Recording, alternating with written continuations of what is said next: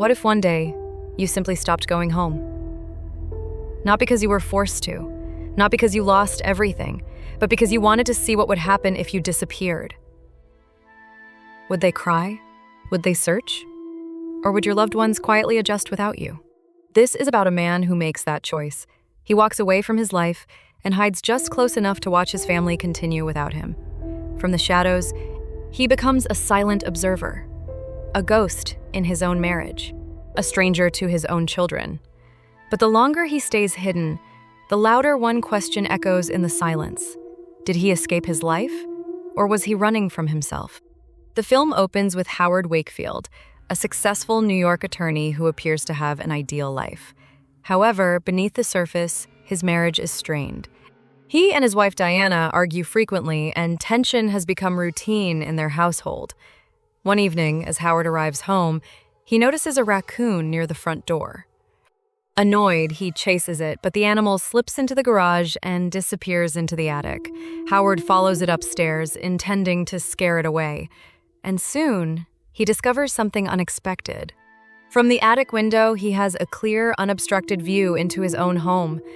He can see Diana and their 2 daughters finishing dinner. Soon, Diana tries calling him to ask when he's coming home, but Howard chooses not to answer. He then recalls how, a few days earlier, Diana was chatting with another man at a party, which made him jealous and eventually led to a passionate encounter between the couple. But after they were done, they began quarreling, as Howard accused her of flirting with that man. And Diana pushed back, saying she was tired of his suspicion and constant surveillance. Meanwhile, inside the house, Diana is furious that her husband still hasn't arrived, and in frustration, she throws his share of dinner in the trash. On the other side, Howard becomes disappointed and decides not to go home that night, knowing his wife will create a scene that will lead to another argument. The next morning, Howard wakes up and relieves himself in the bushes outside his house.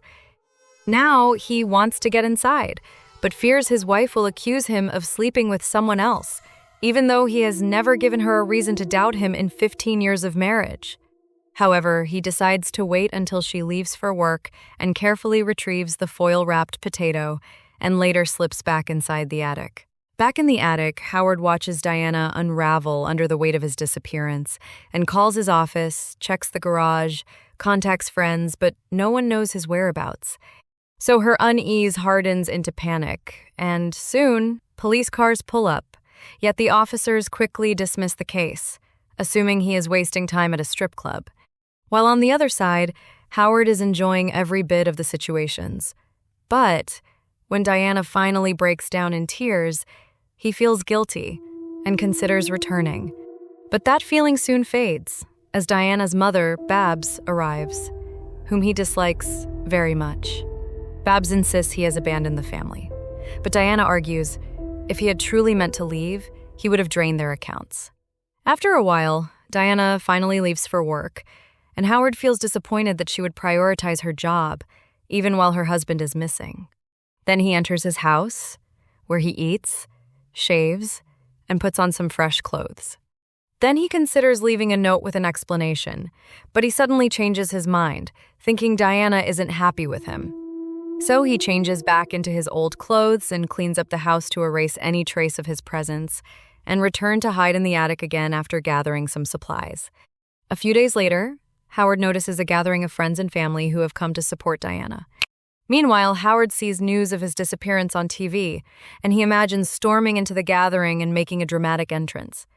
That night, Howard spies on his wife, where he recalls her habit of walking naked in front of the windows, which often causes arguments between them. Then he checks his cash and realizes he's running low. However, using his credit card would immediately blow his prank. As days pass, Howard realizes that he has seen his children more in the past few days than he ever did in the previous years. In the following days, he continues to hide, growing his beard and feeding on scraps from the trash. He even ends up fighting with homeless people for a decent meal, yet he won't return home. Soon, days turn into weeks, and weeks turn into months, where he finally realizes that his wife and children are moving on without him. Diana resumes her dance classes, and the girls are growing older. This realization unsettles him more than any argument ever did. Howard then recalls how he met Diana when she was taking dance classes and dating his best friend, Dirk Morrison. Seeing Dirk's interest in Diana pushed Howard to approach her. Although she was hesitant at first, Howard eventually won her over after manipulating the situation. When Dirk discovered their relationship, Howard lied and told him that Diana had never loved him and had only stayed with him out of pity. He escalated the situation further by falsely claiming that she had slept with him. As he expected, Dirk reacted recklessly, confronted Diana, and aggressively tried to become intimate with her, but she refused. Heartbroken, Dirk then confronted Howard, causing a public scene. Consequently, Diana chose Howard, and soon after, she slept with him. In the present, Howard now wants to return home, but he is afraid that when Diana learns the truth of his disappearance, she will leave him anyway. So, he decides to stay hidden in the attic. One day, Howard notices that Diana has started buying cheaper products to save money, and he can't help but wonder what will happen if she decides to sell the house, and how he could ever explain his disappearance. Eventually, unable to stay hidden forever, Howard gathers all his courage and approaches the house, where he finally comes face to face with Diana. However, with his beard and filthy clothes, she does not recognize him and assumes he is homeless. So, he returns to his attic, heartbroken. Months pass, and Howard continues to watch his family move on without him. He notices Diana laughing on the phone and assumes she has found someone else. A few days later, she returns home carrying roses. Soon after, a well-dressed man arrives for dinner, and to Howard's shock, it is Dirk. Consumed by jealousy and the fear that his past lies might surface, Howard finally decides to take back his life. The next morning, he buys clean clothes from a thrift store, gets a haircut and shave at a barbershop, and carefully restores his appearance. Then he purchases an expensive suit using his credit card. At last, on a snowy evening, Howard stands outside his home.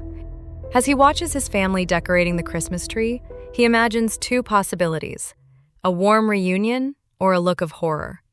Summoning all his courage, he unlocks the door with his key and walks inside.